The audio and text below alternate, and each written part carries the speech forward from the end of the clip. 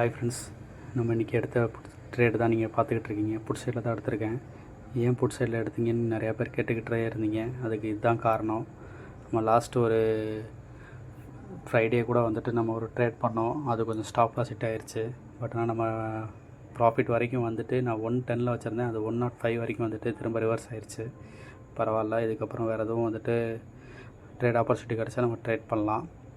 நாளைக்கு வந்துட்டு 25,000, 880, 800 அந்த ரேஞ்செலாம் வந்துச்சுன்னா வெயிட் பண்ணுங்கள். அங்கேருந்து பிரேக் ஆனால் மட்டும் வெயிட் பண்ணி அதுக்கப்புறம் பை சைடில் போங்க.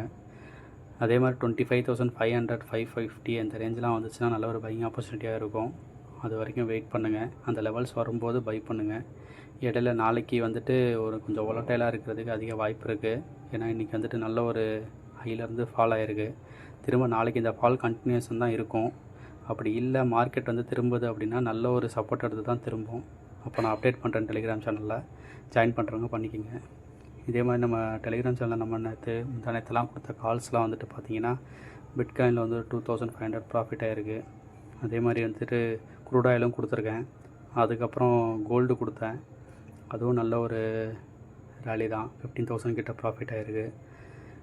இதே மாதிரி இன்றைக்கி சென்செக்ஸ் புட் சைடில் எடுக்கணும்னு சொல்லி நான் அதை அப்டேட் பண்ணியிருந்தேன். கண்டினியூஸாக நம்ம இந்த சேனலில் கொடுத்துக்கிட்டு தான் இருக்கோம். எதுவும் நீங்கள் வந்துட்டு எஜுகேஷனல் பர்பஸுக்கு நீங்கள் செக் பண்ணி பார்க்கணுன்னா அதில் செக் பண்ணி பாருங்கள். வேறு எதுவும் வந்துட்டு டவுட்ஸ் இருந்தால் வந்துட்டு கமெண்ட்டில் லீவ் பண்ணுங்கள். இதே மாதிரி நான் வந்து அப்டேட் பண்ணியிருந்தேன் market ready to break high அப்படின்னு.